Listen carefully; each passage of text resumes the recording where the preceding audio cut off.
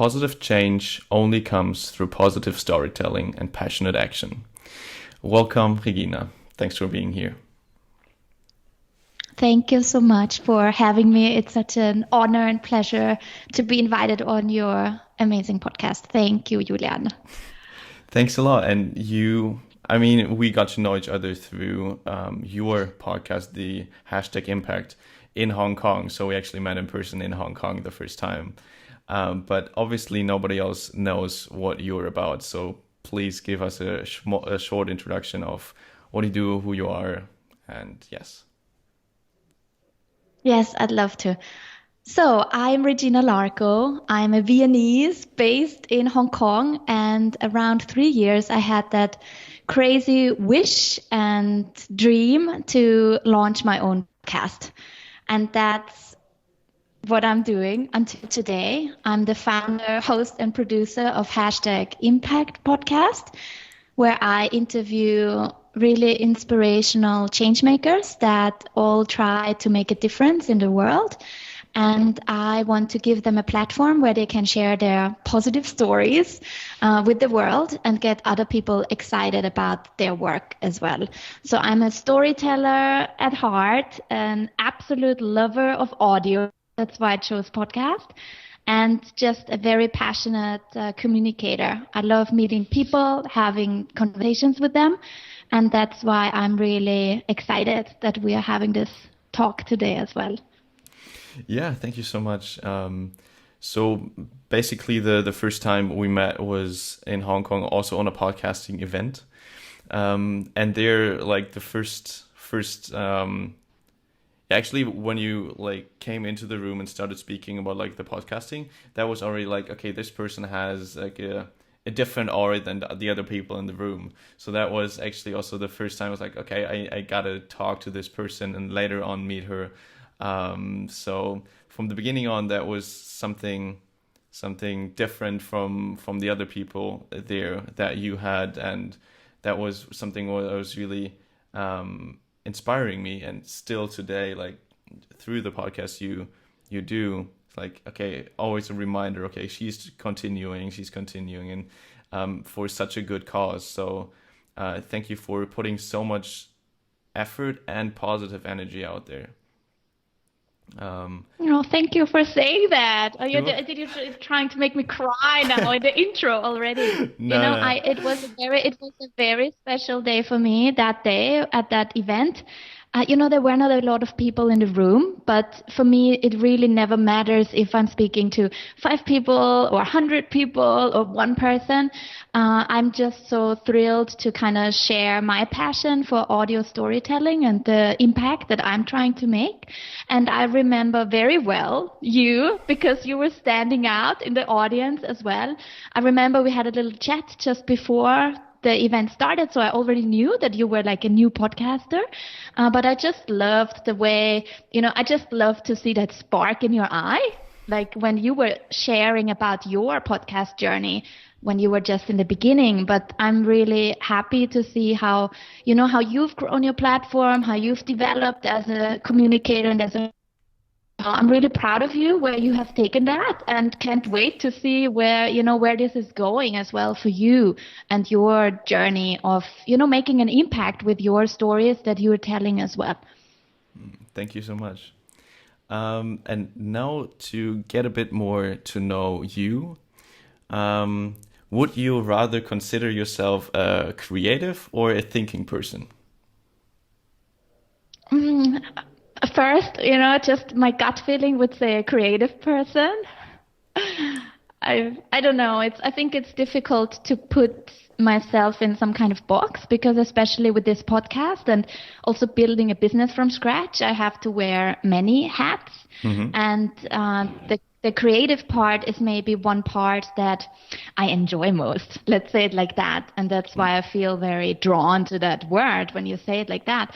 But then having said that, actually, there is a lot of thinking involved as well. The creative process of putting the episode together and just, also the design of the podcast graphics and all that. That's amazing to do, but at the same time, I do enjoy as well, the thinking part, the research part of how do I put that episode together? What questions am I gonna ask my guests? How am I gonna lead them into maybe sharing something that they have never shared before, right? Just like you do.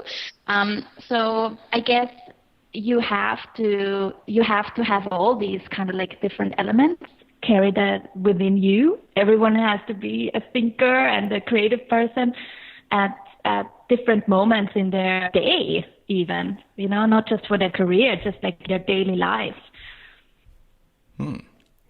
So so basically, just to summarize it really short, would say that you are from nature on more like the creative person, to be honest, right?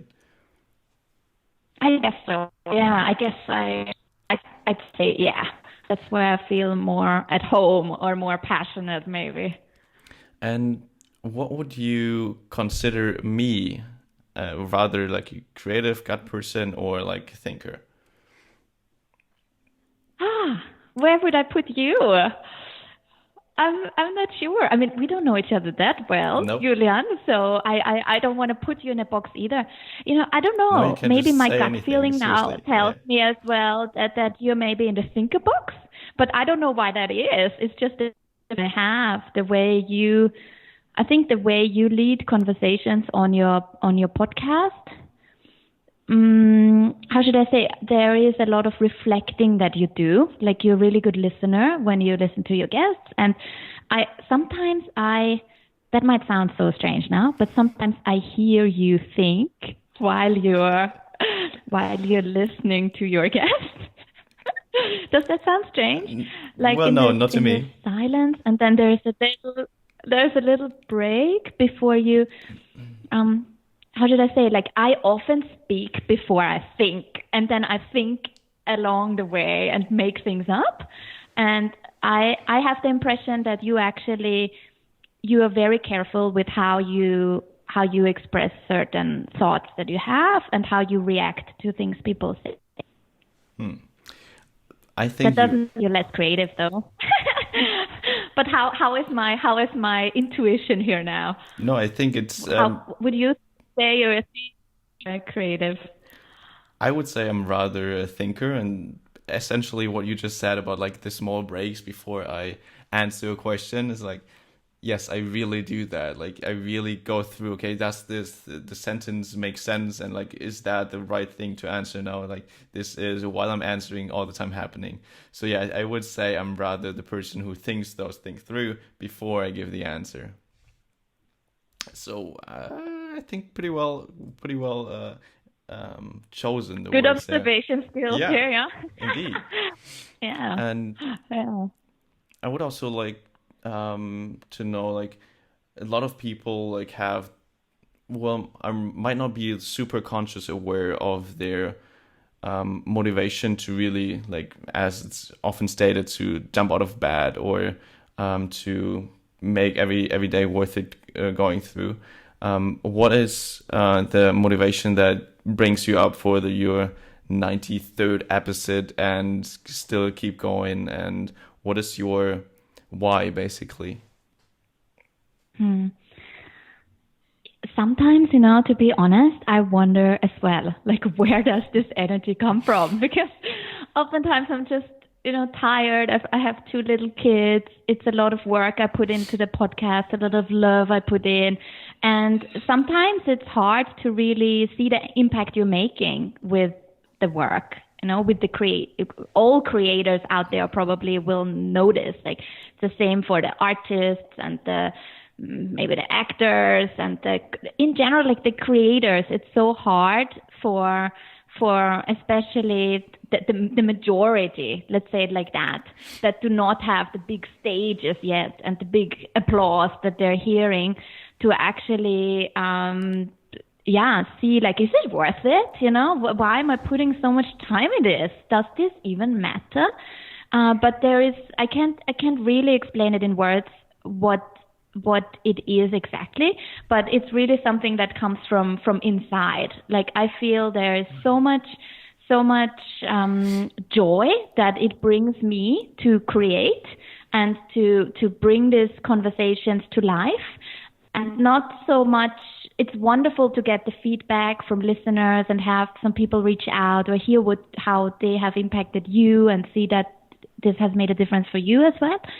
But it's a lot, I guess, very selfish in a way. Yeah. It gives me so much meaning and joy to do that work. And then, of course, I want to get up in the morning. I'm excited to get to the desk. I want to learn more. I want this platform to grow. And then it's not so much about, I have to drag myself to the office and I'm tired and I really don't want to do this today, because I'm doing it for myself, right? I mean, this is something I'm building from scratch. It's all me, right? There is no boss that tells me there's this deadline, it has to be done.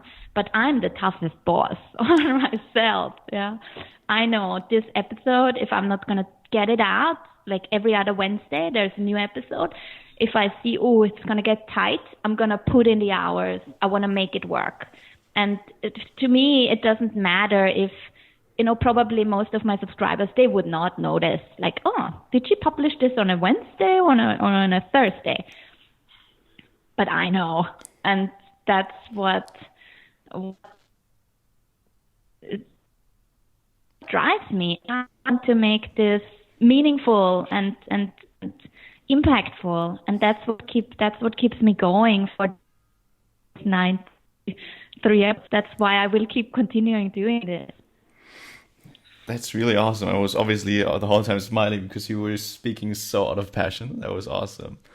But then also, for example, since you are your own boss and like there's nobody else to hold you really accountable, maybe some listeners would notice. I noticed for myself at least that there were oftentimes the case that, okay, it really didn't matter like whether I would do this on a Wednesday and work until 12 to get it finally done, or if I would do it then on a Thursday or morning. So there, like, often the thoughts came, okay, like it doesn't really matter too much whether you publish it there or the next day. But how do you then deal with like those thoughts? Or I guess they also come up to you, right? Yeah, they come up, but I'm really strict with myself. I hold myself accountable to everything I say, really the commitments that I make. And this is actually not just related to the podcast. I guess that's just something that's maybe a personality trait or something that's within me, that's just part of who I am. If I'm committing to something, I have a really hard time of letting myself or other people down by not fulfilling what I have promised to do. So like last year, for example, or the last 2 years, I was a volunteer for the TEDx Teen Now Women Committee. And there was a lot of work to be done in the curation team, curating the speaker list, being a buddy for 2 of the speakers in these 2 years. And I in the beginning, I really did not know how much time commitment that really entails. Let's say it like that. I already had my podcast production going, and it was a little bit almost like overcommitting, like especially the second year when I just returned from maternity leave. I just tried to get everything back together for my podcast. And then on top of that, I committed to that. But I couldn't let it go. I could have said, no one would have been angry with me if I would have just said, no, I'm sorry, I can't do it after all. Please find someone else. But I saw it through till the end. And it's a little bit like, I have to be careful with that as well, because now I see that this year I didn't volunteer. I said from the beginning, I'm not going to do it because I know I can't handle it. It's too much.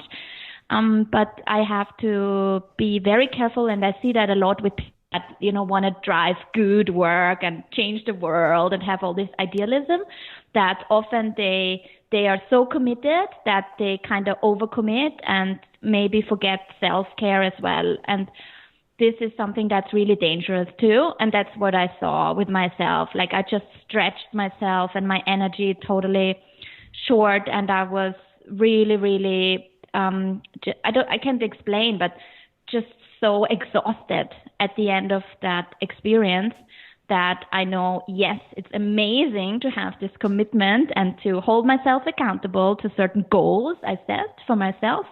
But I've learned over the last year especially that it's okay sometimes to adjust certain goals that I maybe set too high, or where I say, okay, I need to slow down a bit and maybe, take an afternoon off and just play with my girls instead of pushing through yet another episode editing session. Yeah, it's a balance. So you all the time between your overcommitment and the need for your self-care, you like switching around and trying to keep that in balance, as you just said. Yeah. How are you with that balance? I mean, I know you're a student. You have a lot of tasks to do at your university, and the podcast. I mean, that's what I always said. Like, Julian, I'm so impressed how you pull this off, because I know how much work goes in this, and no one who is not doing a podcast people don't have any idea how much work it actually takes, how many hours and love go in one podcast episode. So, I mean, how do you balance that? Yeah, I think it's now the beginning of the masters, and so I have like a bit of spare time. That's why I could record, for example, this week already 3 episodes. To be honest, I had to create this commitment for myself, kind of with like a trick, or now I try a new way of doing it. To be honest, I that sounds a bit strange, but I did a contract with myself being an intern in the podcast.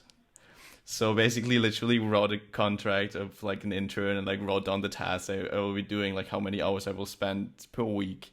Now it's, for example, that my set working hours are then from 6 till 8 in the morning. So those hours are like dedicated for the podcast, because there usually nothing else can like disturb, like whether uni or whatever. So these times are set during the week, and I just try to put everything I need to do for the podcast in those 2-hour blocks in the morning, so that I just take the time before all the other tasks, because otherwise I think I wouldn't be like concentrating or focusing so much on it. So yeah, I think I really set this to myself as a priority, and that is the only reason why it can then in the end work out. Because if you don't think that's such an important thing to do, it slips through your to-do list, and you think maybe other tasks are more really important than this one, or the urgent tasks just get in front of the more important one. And so you try to prevent this by really like every evening also setting out the tasks for the new day, what you want to be working on the podcast. And so I think I really need to have this structure, otherwise I really get off and lose the focus on this concept of the podcast. So yeah. I think that's great. I think that's a great idea. It doesn't sound weird to me at all, writing this contract. I think I made this contract, even though I didn't write it out and sign it, but I kind of made it in my head, right? I made a contract with myself that I wanted to build this podcast and that I wanted to meet amazing, inspiring people, and I wanted to learn. And now I've kind of made a new contract with myself that I wanted to teach others as well how to start their podcasting journey. So that's like a whole new journey for me as well within my podcasting journey. But I think this is something even though we might not think that we do this, but we do this on a daily basis, even if we don't sign a paper. Although I think that's really smart to use that for the commitment to actually have it in writing and put it on a wall or put it on a pin board or so. But that's how you say, like, that's the way and get done. Like, are you committed? Is it important to you? Do you want to get masters? It was the same for my university, Did I push through getting this master's in China studies. I mean, that was just random for me. Like, my family couldn't even believe that I went through with this, or going for a year to study in China. Like, there are certain commitments or adventures you go on where you want to see this through to get the most out of it, I think. Yeah. And how do you like know that this is something for you that you really want to like try? Because we have a lot, or at least I have a lot of things in my head that I might want to do this or might want to do that. So what is like can you describe the feeling, how you know that this is something for you that you want to commit to? I mean, for me, there are two ways in it. Like, does it really light me up? Like now with the podcast, it's just, yeah, you see, my eyes start sparkling and I can't stop smiling because it's so fulfilling to me, and it lights me up and it lights up my face. And if there are things that really, whoever is listening to us right now and they're in doubt about some direction they want to go, like, just look inside. Like, does it light you up? Does it make you smile thinking about that? Yeah, then go for it and try it out. Yeah, you'll never know if you don't try. But if it makes you smile, then there's a good chance that that's the right decision, right? And then there is another one that I saw with my studies, because that was, I mentioned before, like China studies was my major in university, and that was a total like experiment. Like, I wasn't interested in China when I was a high school student. Maybe I would have been interested, but it was like not a subject that we would discuss in high school, so I didn't know anything about it. But I was very curious. So that's the other part, I think. Like, either it lights you up, or it's something that's so weird and like strange and unfamiliar to you that you are just really, really curious. Like, for me, like the first time I went to China, and I had never been there, and I signed up to go there for a year. I mean, looking back at this, I mean, that was a little bit insane, yeah. But I was just so curious, like, how is that? And I think that's another way to make decisions. Like, if you're really intrigued by something and you just want to know how it is, then maybe you should try as well. Because also that seems like you need to be super reflective also about yourself, because it also happens quite often that you think, okay, this is going to be something really cool and we'll be doing this for, I don't know, the rest of my life. And then like after 2 weeks, the motivation is gone. And I think to be really able to understand this, you need to like really go deep and like ask yourself, okay, is this really something I really want to do this from my like inside, or is it something what just from the externals looks cool, or somebody's doing this you like, and those are then the triggers or the external motivation that you have. Have you ever like happened to have those instances as well? Yeah, I mean, totally agree. It's something that this self-reflection that is something that's really important, but it's really hard to do at the same time.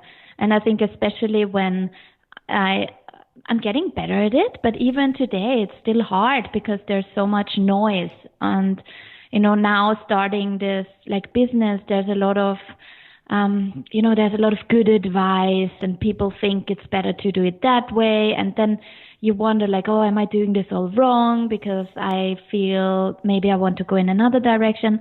But now I'm in an age where I'm more confident as well in my own decisions, and I'm more confident in hearing someone's advice and knowing they mean well, and then saying thank you.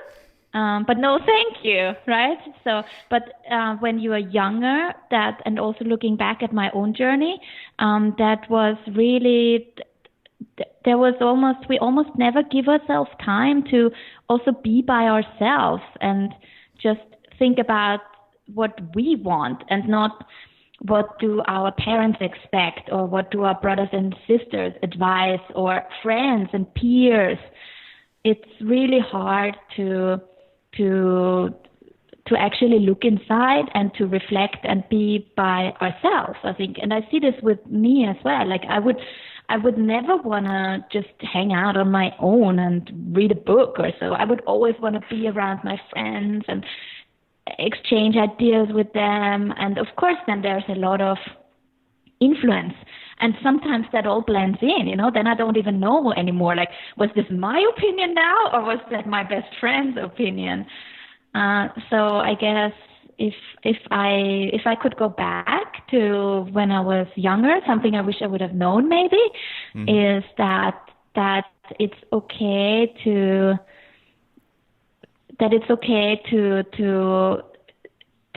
get uncomfortable with being alone and thinking about these questions, because it is a bit uncomfortable being then confronted with your own doubts and worries. And I'm saying that to myself as a reminder now as well, because that actually it does never end. It just, maybe we're getting a bit more comfortable with being uncomfortable as we get older, but it's still important to maybe even put those in the calendar instead, the 2 hours morning that are just for you or for your project or for your self-development or for meditating. I mean, this really helps me a lot.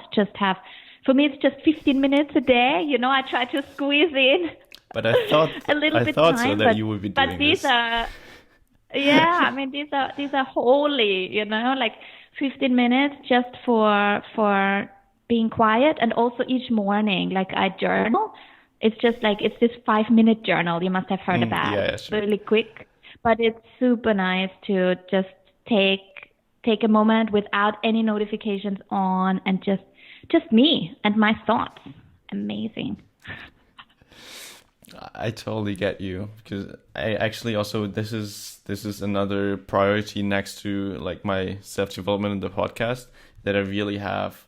I want to squeeze in an hour a day just for pure meditation, plus the additional journal in the evening. So this is also just like a holy thing that's like, I've been doing this. So the meditation every single day, definitely since January, since I was in Nepal at the meditation camp, and the journaling also for a couple of months now. Maybe like, let's say 99% I do it every day. And it really just insane how you are getting or becoming aware of your thoughts, how you're becoming aware of those external noises you hear from other people, and really trying to figure out whether those motivation, those intrinsic things are actually coming from you, are intrinsic, or whether you pick them up and just like, because you like how other people did it, you also do it. And this has been so helpful to me, at least, that I would seriously recommend this to everyone, to like having those reflective sessions during the day to really get I mean, that's amazing that you already do that, in your young age. I mean, you're a bit younger than me, right? But I see that now.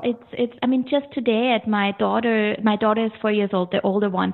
And I thought that was amazing. They had this event at school today, and to include the parents as well. And it was all about health and mindfulness. And I thought that was brilliant. I mean, I don't remember in my kindergarten that we did like yoga exercises or learned how to do breathing exercises, but they do. And I think this is something also that comes with how our world has changed and how much more need there is now. I don't think this was missing from my childhood, but there was just, looking at all this digital noise that was just not so much on offer, right? That's why I love radio. That's all we had. I listened to radio and audio cassettes. We didn't even have, we had a TV, but it was not accessible to me. It was like the grown-ups would watch TV when we would go to bed, me and my brother, right?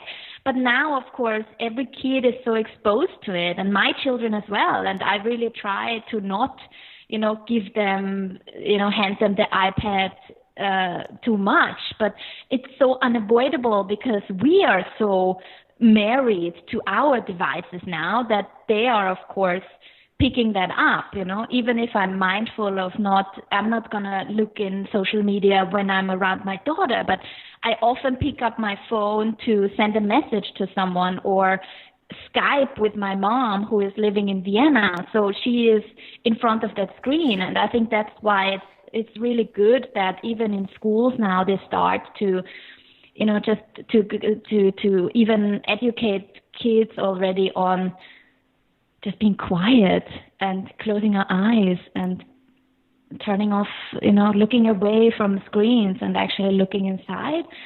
Was meaningful to me this morning. Yeah, had to share that now. It had to come out. That just happened this morning. I thought that was brilliant. Yeah. Yeah, that's really cool, especially because I obviously see that it would help or benefit a lot of other people. That's almost a shame that it's not as propagated, but I feel it's coming slowly. But also, you have been doing this for quite a while, and like, what are some insights you got from there? What are some experiences you maybe had while meditating that maybe gave you a different hint or different imagination of what literally anything about yourself or anything what you would like to share? I think the most exciting or interesting thing for me when meditating is where my thoughts go. I feel it's so interesting once I learned that, because in the beginning it just freaked me out. Like, okay, I want to meditate. I want to, be still, don't think anything. And like my mind was going crazy. But now I feel it gets much better and I get clearer and I can almost, I don't want to say control my thoughts, but let them go where they want to go and don't get irritated by it, I guess. Mm-hmm. So what it taught me is that it taught me a lot about what is actually on my mind.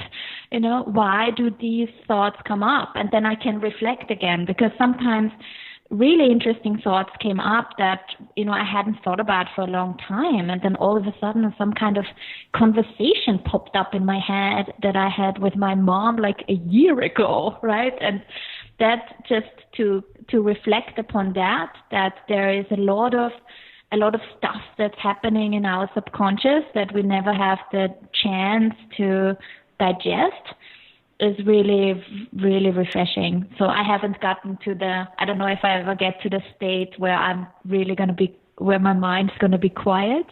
Usually my mind is quite just racing and I see like, okay, where is my mind going to take me today? Let's see. And then let's get to the bottom of this. So, yeah. No, I find it also really interesting. That's such a weird, funny experience because in some way you think this is somehow connected to yourself, like who you are. But on the other hand, it's also quite random what's happening in your head. And it's like, do I identify with this or not? Or is that me or not? It can be really confusing, I guess, especially in the beginning. So yeah, but I still would recommend to like at least try totally. for like 10, 15 minutes, whatever. Yeah, like an hour might seem intimidating for some people. So like it's definitely a start to begin with 5-10 minutes or anything. So that would be something really important. I would like to share, to be honest. That's like more people are trying this. Yeah, definitely. I'm with you on this. Maybe we can motivate a listener to try it, and then they should get in touch with you and say, how was the experience? One thing about the meditating I find really refreshing, actually, that stops my mind racing is this body scan. Do you do that a lot as well? Yeah, I like the body scan. If you don't know what that is, just Google it and find a great meditation practice for that. That is something that is really powerful, I think, just to check in with your body, how it feels. I mean, that was the first time I did that one. That was mind-blowing. Mind-blowing.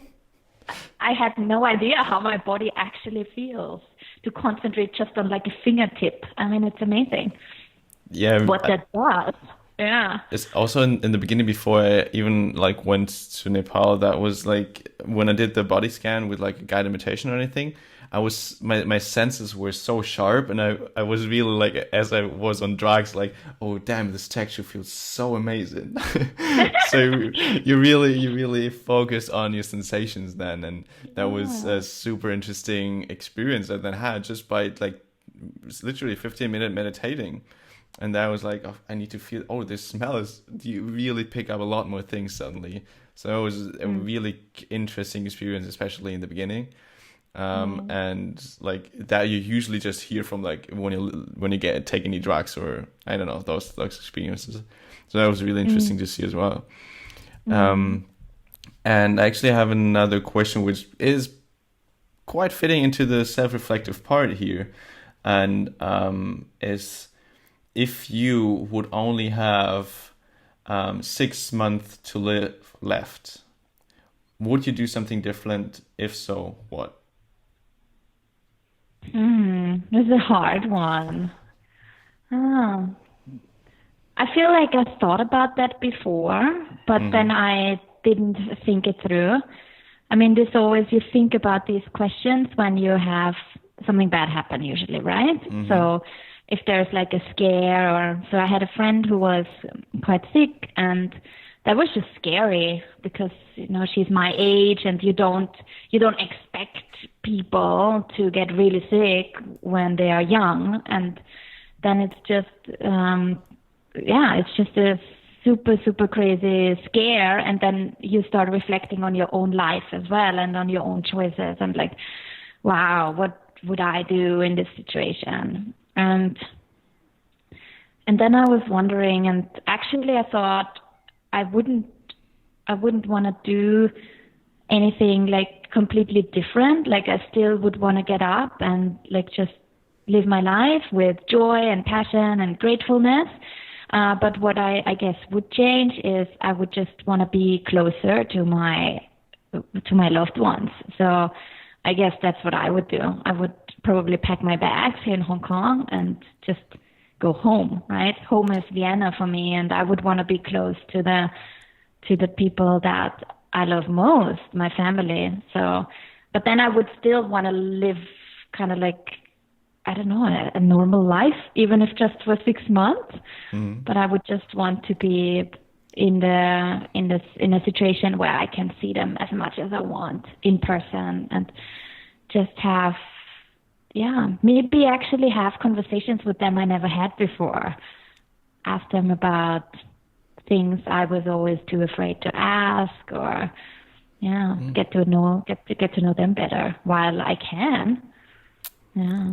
Actually, I think And I that. think think, and that might, but that gets really dark and deep now. But that I would also do, but I would actually record messages for my girls. Like, now Mm, that I can do audio editing, right? I mean, there are these beautiful movies where you see that actually, or is it based on real? I cannot name the movie now, but there have been stories around that, like when these kids would get messages from their dead mother years after the mom had died, because she would have recorded messages for them. But yeah, I guess that's what I would do as well. Like, if I would know I'm not around in 6 months and I'm not gonna see my kids grow up, I would want to still be part of their life, or have my voice be part of their life somehow. mm. Yeah. And actually, I think that is everybody who I asked so far in the regard to, okay, what would you do in the 6 months? Every single one said, I want to be closer to the loved ones, or like being more in contact and deeper in personal, with people I really want to be around with. So that's Mhm. I just Yeah, so maybe we don't do that enough. Maybe I should give mm-hmm. them a call more often, definitely.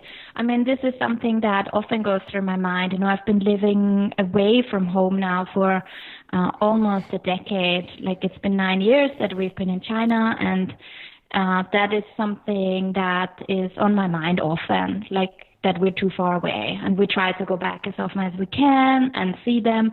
But of course, they're not part of our daily life. And now also they don't see our girls really grow up, what is really sad. And I mean, it's harder for them than it is for us, I think. Mm. But that's something that, where I'm often torn. Like, how could I fix that, right? But in the end, you also have to kind of live your own life, and that's how I see it as well. Like we are our little family, and we also have to look at what works for us, and where we are right now is that's also our home now, Hong Kong. Yeah. I need to ask whether you can stay in this room for a bit longer because we already have like half past. Ah, yeah. No Um, one is knocking. No one is knocking on the door just yet, but maybe they will in a while. I don't know. No one is waiting here. Maybe the other room is free. okay, so we just continue a Okay, bit. we Cool. continue a bit, or maybe you can wrap it smoothly up Yeah. over the next 10 minutes or so. I don't know. Well, Yeah. there's just one question I really want to ask you still, which is, oh, actually two, to be honest. Uh, I so, try to keep it short. I know my answers are always maybe a bit extensive. Yeah, but yes, go for well, it. it goes further in this direction though.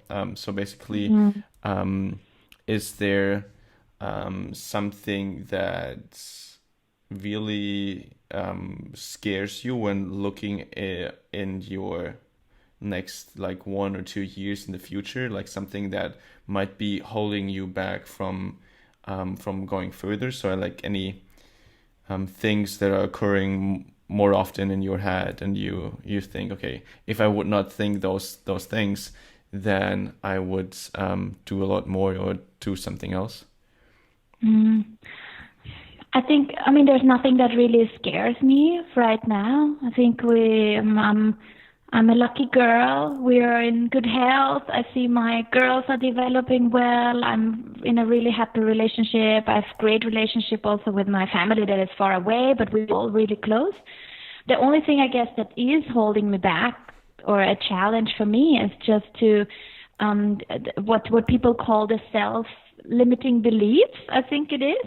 Uh, so I work a lot on that, like on my mindset, on just just yeah, building a business on my around my podcast.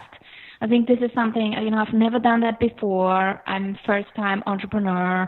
I don't really know what I'm doing, to be honest. I'm a content creator. I'm a creative, right? And that's what gives me joy and passion. I have passion for it.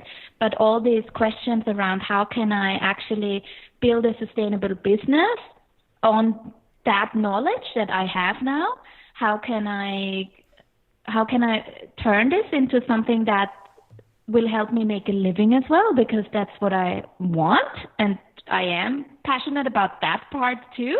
Hmm. But there are a lot of things I don't know how to do and that I have to learn, and where I'm out of my comfort zone.